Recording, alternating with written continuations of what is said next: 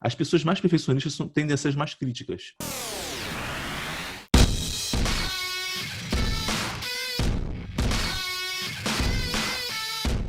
Nesse podcast vamos falar sobre a jornada para você chegar aos primeiros 100 mil de faturamento no seu negócio.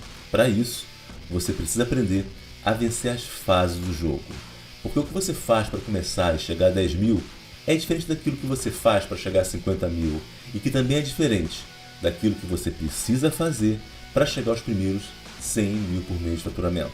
E o que eu vou te mostrar aqui é que aquilo que você usa para vencer uma vez não é o que vai te levar para o próximo nível. Olá, estamos começando mais um episódio de 0 a 100. Episódio do podcast, né? Eu não falei, mas estamos começando o episódio do podcast. A gente começa de novo assim mesmo. Eu sou a Amanda Bífaro. Eu sou a Andréia Argente. E eu sou Sandro San.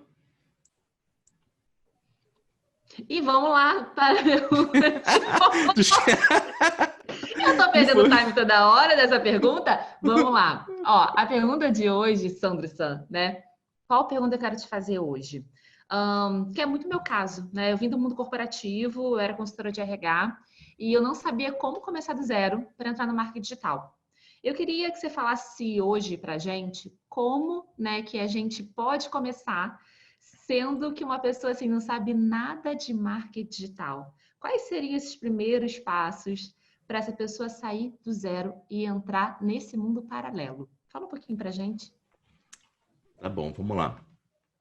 E aí é importante a gente entender uma coisa, tá? Se a pessoa está saindo do mundo corporativo, vou pegar o seu exemplo, está saindo do mundo corporativo, não tem nenhum tipo enfim, de experiência como empreendedora, né? Ela nunca empreendeu, nunca montou um negócio, ou, enfim, não vem dessa área, não vem de uma área específica. A primeira coisa que é importante ela entender é que tipo de habilidade ela tem, né? Que tipo de habilidade ela tem? Que tipo de habilidade ela vai querer ou ela tem para ela poder desenvolver e comercializar e vender? Porque na prática tudo se resume a você vender vender o seu conhecimento, vender sua expertise, né? Vender um serviço. Então, a primeira coisa que ela tem que entender é ela definir quais são as habilidades que ela tem, o que ela pode fazer, o que ela sabe fazer, né? Começa por aí. A segunda coisa é ela entender que tipo de problema ela pode resolver a partir dessa habilidade. Ou seja, o que ela sabe fazer que outras pessoas não sabem fazer e que eventualmente poderiam pagar para ela, ou fazer para ela, ou ensinar para ela. Tá? E aí começa daí. Porque se você não tem uma habilidade, se você não tem clareza, se você não tem clareza nem da sua habilidade, nem de um problema que você está resolvendo, vai ficar muito difícil você conseguir ter clientes, porque as pessoas estão comprando uma solução de um problema. Uma coisa muito comum que acontece, inclusive, é bem legal você falar isso, porque às vezes eu vejo muita gente que está nesse cenário, né, que sai do mundo corporativo e está começando quer empreender, quer ir para a internet. Geralmente essas pessoas, elas só pensam na habilidade que elas têm, naquilo que elas sabem. Então, por exemplo, sei lá, a pessoa trabalhou com RH, igual no teu exemplo.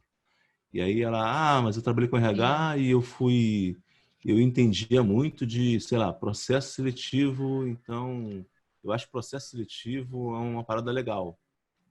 Que, poxa, é super útil, super bacana, processo seletivo, essa coisa toda. Mas aí ela não se pergunta se tem um mercado para isso. Será que tem pessoas comprando isso? Será que tem pessoas dispostas a pagar dinheiro para isso? Então, empreender é muito essa coisa de resolver problema, de você entender que problemas você está resolvendo. E aí, uma vez que você entende o problema... E eu tenho até uma coisa, tá? Muitas vezes, se você for bom em identificar problema, se você for bom em saber quais são perceber os problemas que existem de um determinado grupo de pessoas, mesmo que você não tenha habilidade, você pode fazer uma parceria com alguém, se associar com alguém que tenha aquela habilidade e que possa atender esse mercado. Entendeu? Então, se você... sei lá, você trabalha em alguma coisa, você vem de um emprego, de uma carreira qualquer, e você entendeu que, porra, eu não sei nada, não tenho habilidade nenhuma, não tem problema. Você pode fazer uma parceria com alguém que tem essa habilidade.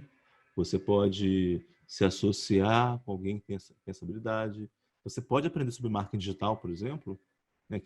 Quando você aprende sobre marketing digital, você aprender a vender e você usar isso para trabalhar em parceria com alguém. Não necessariamente precisa ser você começar. Então, assim, tem várias possibilidades, tem vários caminhos para quem está começando do zero, Amanda.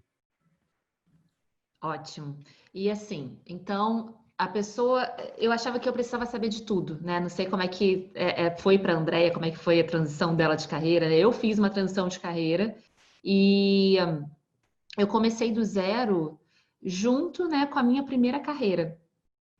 E como é que é a sua visão, né? Como assim a pessoa consegue entrar no marketing digital mesmo tendo uma primeira carreira, conciliando com a segunda carreira? Eu sei da minha história, né? Mas as pessoas que estão ouvindo a gente aqui, consegue conciliar? Você já viu outras histórias também parecidas com a minha, né? Que fez as duas coisas ao mesmo momento? Ou você indica, não, ó, só no marketing digital, começa junto com uma outra carreira? Como que as pessoas que estão ouvindo a gente podem entrar no marketing digital? Tem como conciliar? Tem, claro. Não vejo por que não. Até porque é muito difícil, né? Você tem que largar tudo que você faz, por exemplo, né? Você fala assim, vou queimar a ponte, largar tudo, sem eu ter nenhum tipo de preparação, sem eu ter nenhum tipo de... sem eu saber em que eu estou entrando, o que eu estou me aventurando, né?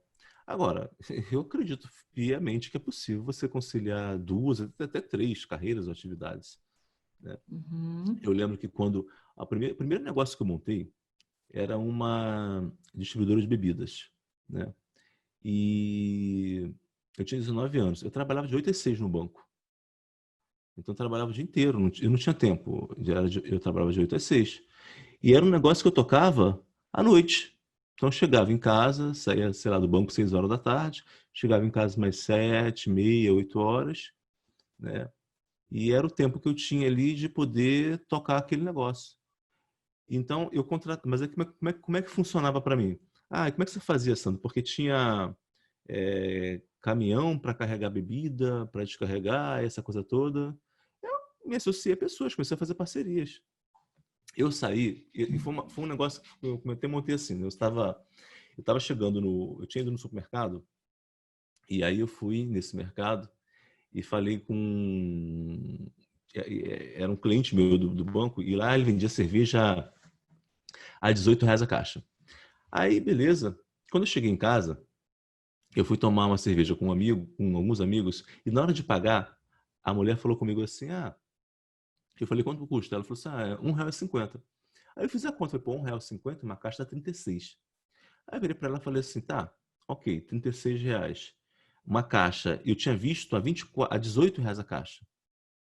Aí eu falei pra ela, falei, fulana, quanto que você paga na caixa? Ela falou, eu pago 24. Eu falei, 24. Eu tinha visto a 18.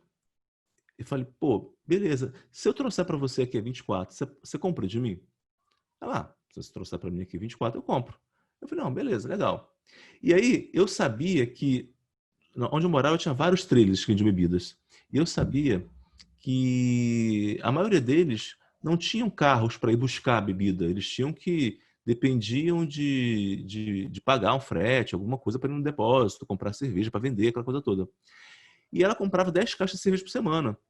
Eu saí dali daquele trailer dela e naquela madrugada eu fui de trailer em trailer perguntando. Falava assim, olha, oi, tudo bem? Beleza? Você está comprando cerveja? Quanto você paga na cerveja? Eu pago 24. Como é que você pega? Eu vou lá não sei onde buscar. Eu falei, cara, se eu trouxer para você aqui toda semana, você me compra R$ 24? O cara compra. No final daquela noite, eu tinha uma encomenda de 200 caixas de cerveja já para a próxima semana. E aí eu tinha um problema, porque assim, eu não entendia porra nenhuma de cerveja.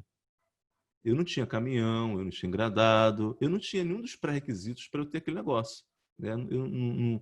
Eu nem sabia exatamente como eu ia fazer. Eu achei um cara, no dia seguinte fui trabalhar, às 8 horas da manhã, né? Eu trabalhava o dia inteiro. Aí eu fui trabalhar, peguei o telefone, liguei para um cara que tinha um frete. falei com ele, meu amigo, eu preciso de um frete, de alguém que me ajude a fazer um frete. E é o seguinte, é um trabalho para as sextas-feiras. Eu preciso que você passe numa rota que eu vou desenhar para você. E eu expliquei para ele a rota.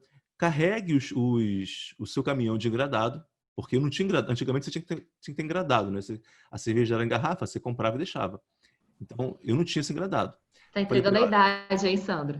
Né? Da minha época. Muito bom. Tá, mas vamos lá. E a história? Aí eu peguei para ele, desenhei uma rota para ele.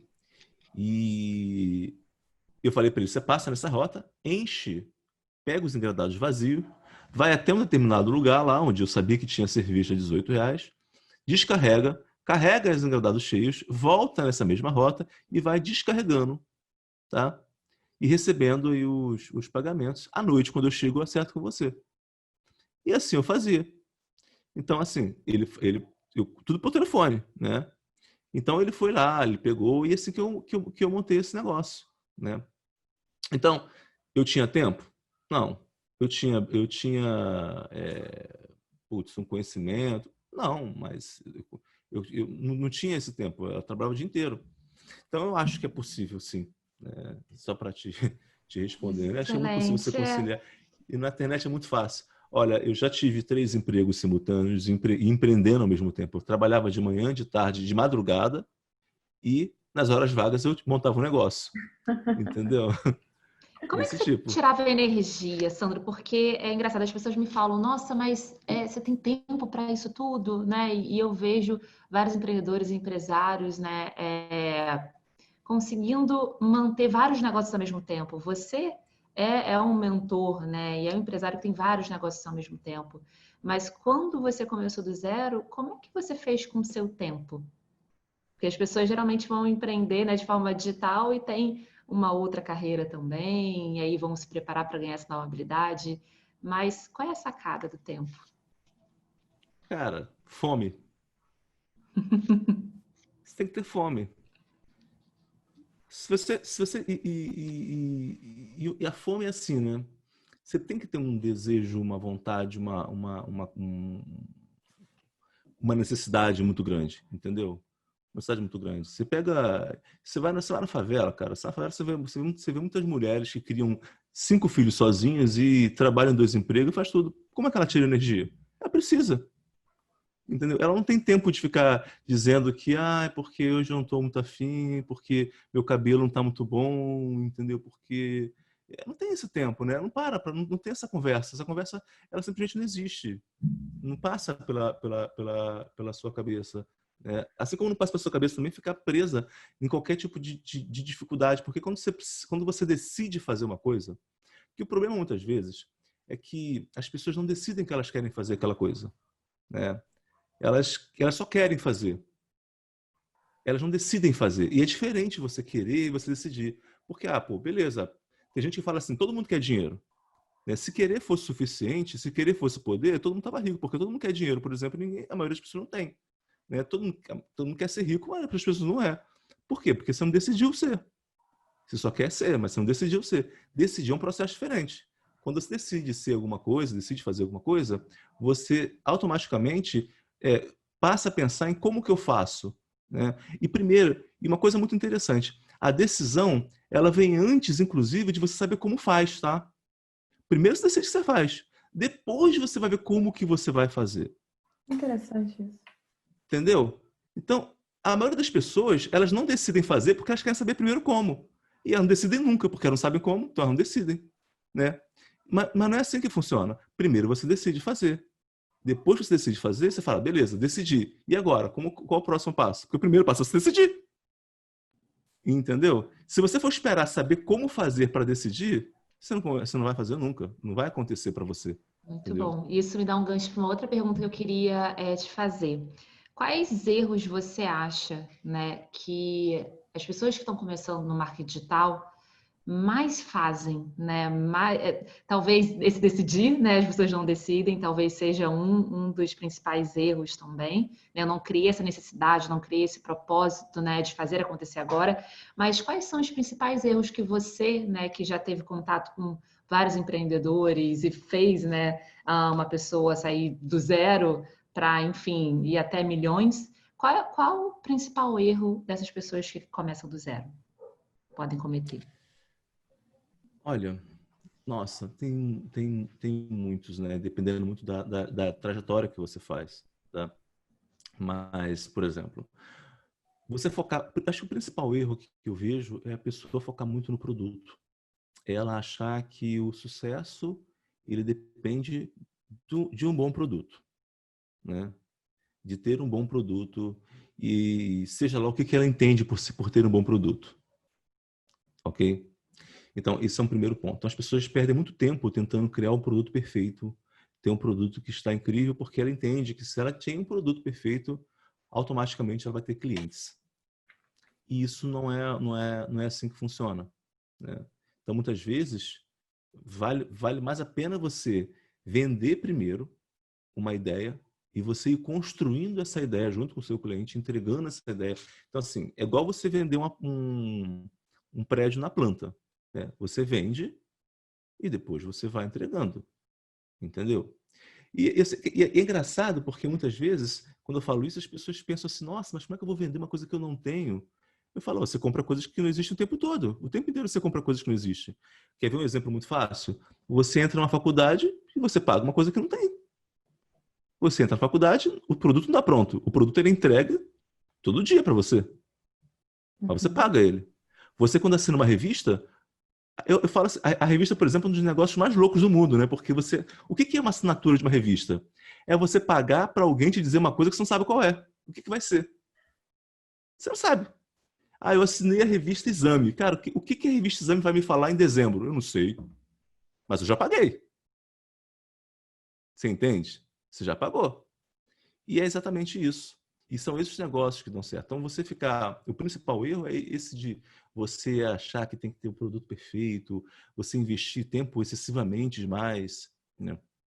Tem uma regra que eu costumo falar sempre para os meus alunos, né? Que se seu produto está perfeito, é porque você esperou tempo demais para ele ficar pronto, né? Passou da hora de fazer, né? Se você não tem vergonha do seu primeiro produto, passou tempo demais para você poder fazer, né? Você precisa se colocar nessa posição de fazer uma coisa que você está desconfortável de fazer, né? Você tem E, vergonha de fazer. e como abrir Alô? mão desse perfeccionismo louco, louco? E como abrir mão desse perfeccionismo, Sandro? Como é que seria isso? Como abrir mão desse perfeccionismo? Olha, pergunta interessante. Eu vou falar por quê. Mas eu penso que você não tem que abrir mão de, né? Essa coisa do abrir mão, como evitar o perfeccionismo, é igual você falar como você evitar o medo, como você... Essas coisas, caras, eu acho que você não evita, você não foge delas, você abraça elas, entendeu? Você reconhece, você aceita que é assim. Porque enquanto você fica lutando, é uma disputa de poder entre você e o seu perfeccionismo e as razões pelas quais ele existe. E a mesma coisa vale para o medo, tá? Para a procrastinação, por conta dessas coisas.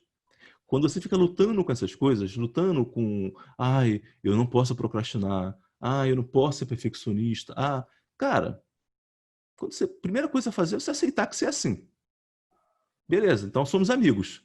Como é que você não vence o inimigo que você não conhece, né? Então, primeiro que você aceitar que você é assim, que isso faz parte daquilo que você é. E a partir da hora que você aceita, você domestica, você doma, entendeu? Você administra isso.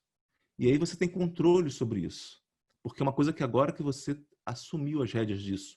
Não é uma coisa que você está lutando, disputando para ver quem vai vencer e hora um vence, hora outro vence. Não. Cara, beleza, eu sei que eu sou perfeccionista, como é que eu posso, né? E uma vez que eu aceito isso, essa minha condição, como que eu posso me colocar, por exemplo, num contexto onde ser perfeccionista para mim vai ser pior do que não ser?